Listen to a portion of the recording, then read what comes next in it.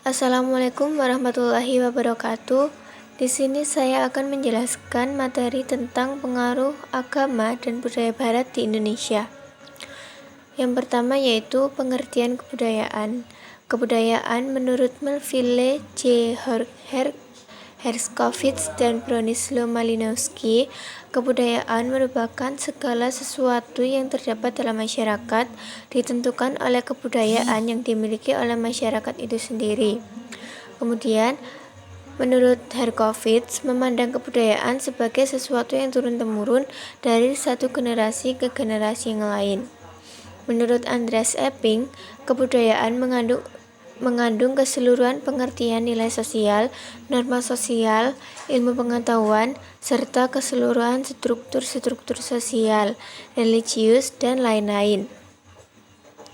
Kemudian dapat kita simpulkan bahwa kebudayaan merupakan sesuatu yang akan mempengaruhi tingkat pengetahuan yang meliputi sistem, ide, atau gagasan yang terdapat dalam pikiran manusia, sehingga dalam kehidupan sehari-hari kebudayaan bersifat abstrak.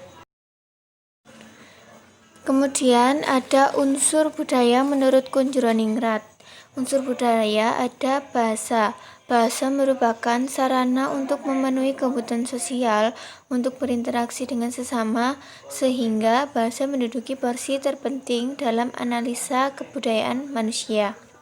Kemudian ada sistem pengetahuan. Sistem pengetahuan dalam kultural universal berkaitan dengan sistem peralatan hidup dan teknologi, karena sistem pengetahuan bersifat abstrak dan berwujud di dalam ide manusia. Yang kemudian ada sistem sosial. Unsur budaya sistem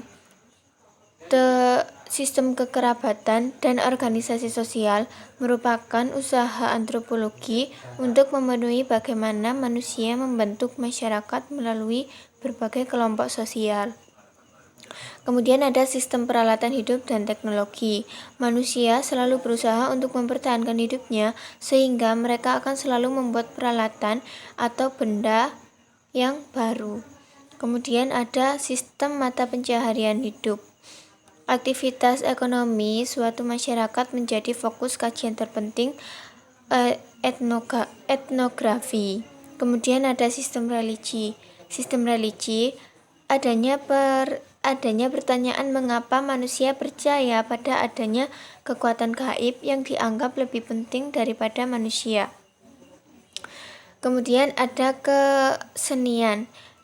Bermula dari penelitian etnografi mengenai aktivitas kesenian suatu masyarakat tradisional.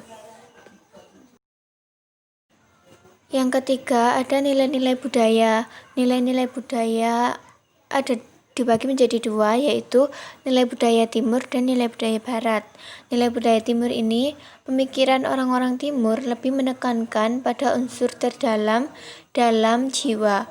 Macam-macam kebudayaan yang memiliki nilai timur lebih menekankan kedisiplinan, mengendalikan diri, sederhana, dan tidak mementingkan dunia.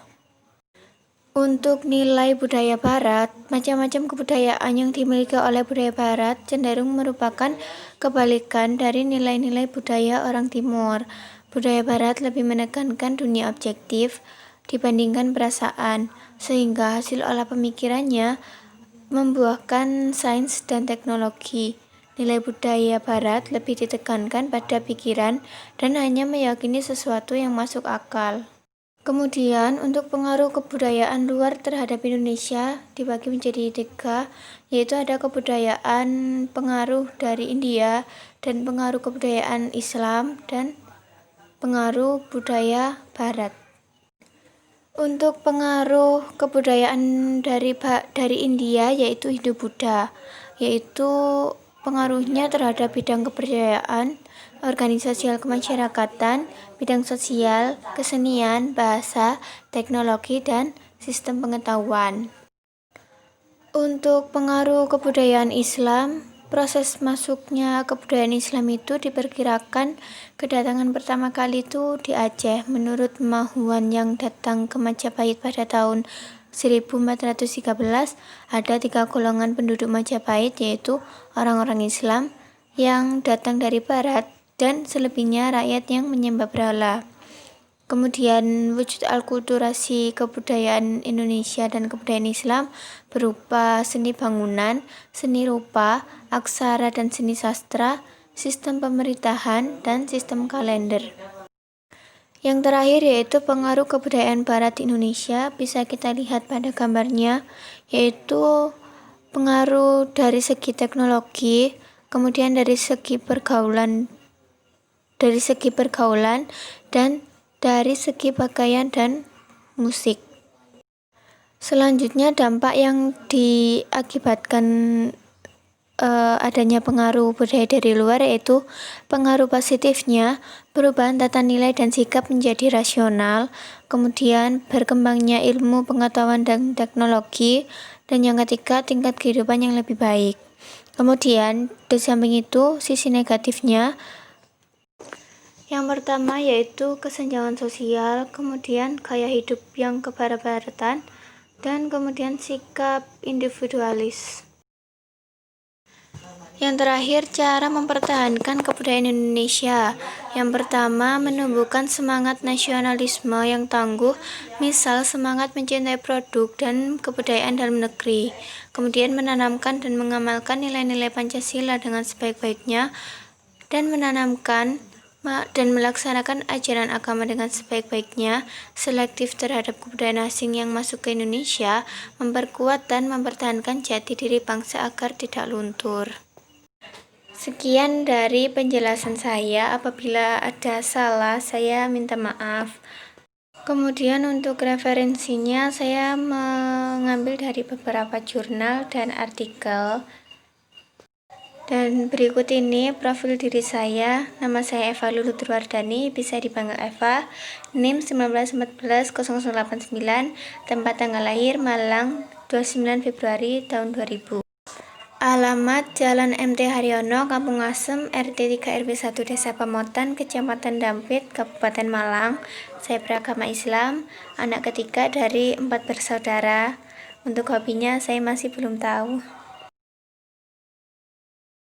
Indonesia merupakan negara kepulauan yang mencakup lebih dari 17.000 pulau yang dihuni oleh sekitar 255 juta penduduk. Sebuah angka yang membuat Indonesia menjadi negara di urutan keempat dalam hal negara dengan jumlah populasi yang terbesar di dunia.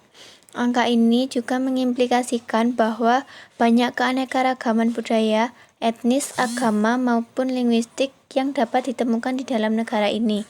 Budaya tersebut sangat bervariasi, dari ritual Hindu yang dipraktekkan sehari-hari di Pulau Bali, sampai pemberlakuan parsial, hukum syariat di Aceh, dan gaya hidup pemburu pengumpul orang Mentawai.